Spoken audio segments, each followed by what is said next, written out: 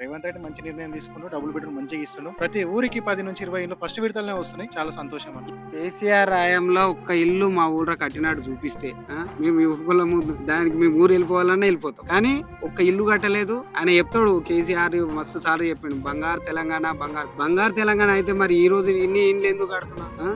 బంగారు తెలంగాణ అనేది ఎక్కడుంది? ఇప్పుడు ఇంత ఇప్పుడు దగ్గర మా విలేజ్ లా 16 ఇండ్లు స్టార్ట్ అవుతున్నాయి ఇందిరమ్మ ఇల్లు. మరి బంగారు తెలంగాణలో ఎందుకు ఇయ్యలేడు ఇండ్లు ఇందిరమ్మ ఇల్లు?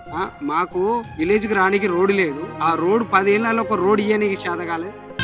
ఆత్మ గౌరవంగా పేద గుండె బతకాలని ఇల్లు కట్టించిండురా, సొంతింటి కలనేరవేర్చిండురా.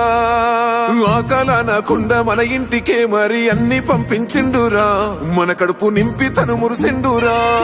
ఓ నివ్వను పేదోడి ప్రాణం ఎంత పెద్దగా వచ్చిన రోగం అని అడ్డుపడ్డ